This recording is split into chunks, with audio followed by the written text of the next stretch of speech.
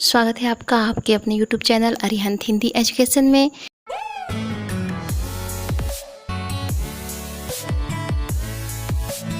यदि आप मेरे चैनल पे नए हैं तो प्लीज़ मेरे वीडियो को सब्सक्राइब करें, लाइक करें, शेयर करें और कमेंट्स भी करें। तो चलिए बढ़ते हैं आज के विषय की ओर। आज आप लोग सामाजिक विज्ञान में इतिहास के अंतर्गत फ्रांसीसी क्रांति पहला चैप्टर के प्रमुख बिंदुओं को देखेंगे, जो महत्वपूर्ण तथ्य हैं। आप जब भी इस वीडियो को देखें उसके पहले अपनी किताब में फ्रांसीसी क्रांति पहला अध्याय जो इतिहास में है उसको अवश्य पढ़ लें। उसको पढ़ेंगे, उसके बाद मेरी इस वीडियो को देखेंगे तो आपको पूरे पाठ का निचोड़ समझ में आ जाएगा। इसके प्रमुख बिंदु देखिए। फ्रांस के लोग महंगाई, कर वृद्धि और निरंकुश शासन से परेशान थे। फ्रांसीसी क्रांति ने फ्रांस में राजतंत्र को समाप्त कर दिया और क्रांति के दौरान तैयार किया गया मानव अधिकार घोषणा पत्र एक नए युग के आगमन का द्योतक था। सन 1774 में बूर्बो राजवंश का लुई 16वां फ्रांस की राजगद्दी पर आसीन हुआ। जब लुई 16वां फ्रांस की राजगद्दी पर आसीन हुआ तो राजकोष खाली था और कई युद्ध लड़ने के कारण कर्ज के बोझ से दबा हुआ था। कर्ज का बोझ दिनों दिन बढ़ता जा रहा था। 18वीं सदी में फ्रांसीसी समाज 3 स्टेट्स में बटा हुआ था और केवल तीसरे स्टेट के लोग ही कर अदा करते थे।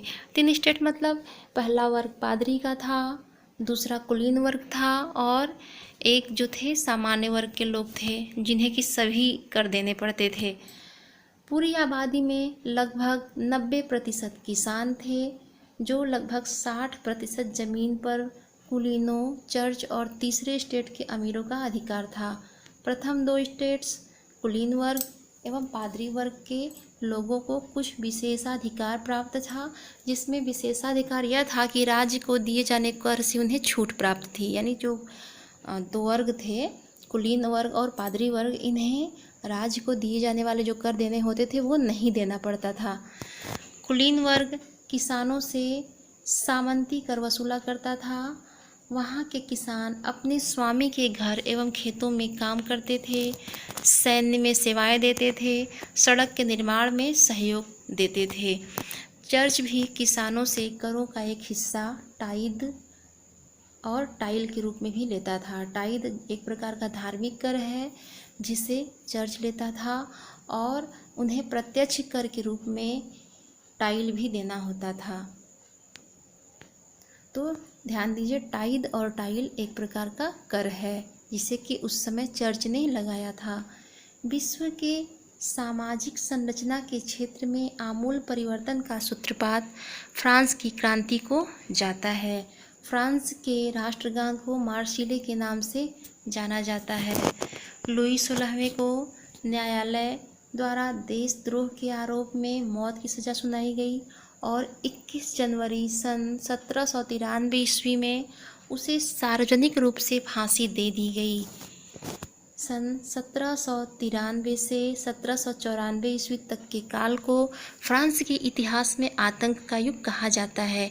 इस समय फ्रांस में जैकोबिन क्लब का शासन था। यानी जब लुई 16वां का अंत किया गया उस समय जैकोबिन क्लब का ही शासन फ्रांस में था। जैकोबिन क्लब के नेता का नाम मैक्समिलियन रोबेस्पियर था। जैकोबिनों को 100 कुलात के नाम से जाना जाता था। 100 कुलात पुरुष लाल रंग की टोपी पहनते थे जो स्वतंत्रता का प्रतीक था, लेकिन महिलाओं को ऐसा करने की आज़ादी बिल्कुल नहीं थी। उस समय महिलाओं की जो स्थिति थी बहुत ही दयनीय थी, उन्हें कोई अधिकार नहीं प्राप्त था। 21 सितंबर सन, यहाँ पे मिसप्रिंट है, ये होगा 1792। 21 सितंबर 1792 को फ्रांस में राजतंत्र का अंत हुआ और फ्रांस को एक गणतंत्र घोषित किया गया। गणतंत्र सरकार का वह रूप है जहाँ सरकार एवं उसके शासक प्रमुख का चुनाव जनता करती है। गणतंत्र सरकार का वह रूप है जहाँ सरकार एवं उसके शासक प्रमुख का चुनाव जनता करती है। गणतंत्र बनने के बाद फ्रांस में जैकोबिनों का शासन हुआ। रोबेस्पियर सरकार सत्ता में आई। गर्दन से धड़ अलग करने की मशीन को गिलोटिन कहा जाता है। इसका नाम इसके आविष्कारक डॉक्टर गिलोटिन के नाम से ही पड़ा है।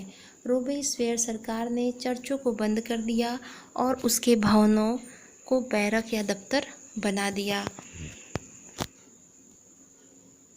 मैक्सिमिलियन रोबेस्पियर ने अपनी नीतियां इतनी सख्ती से लागू की कि उसके समर्थक भी त्राही करने लगे, जिससे अंततः जुलाई सन 1794 में न्यायालय द्वारा उसे दोषी ठहराया गया और गिरफ्तार करके उसके अगले ही दिन उसे भी गिलोटिन पर चढ़ा दिया गया। जैकोबिन सरकार के पतन के बाद फ्रांस में मध्य वर्ग के संपन्न तबके के पास सत्ता आ गई।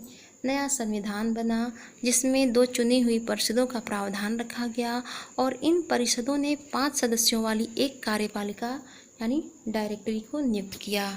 लेकिन फ्रांस में यह शासन भी डायरेक्टरों के आपसी झगड़ों से नहीं चला और फिर सैनिक तानाशाह नेपोलियन बोनापार्ट का उदय हुआ। तो ये थे फ्रांसीसी क्रांति के प्रमुख महत्वपूर्ण बिंदु, जिसे कि आप पूरे अध्याय को पढ़ेंगे तो ये तथ्य आपको समझ में आएंगे। तो आज के लिए इतना ही, धन्यवाद।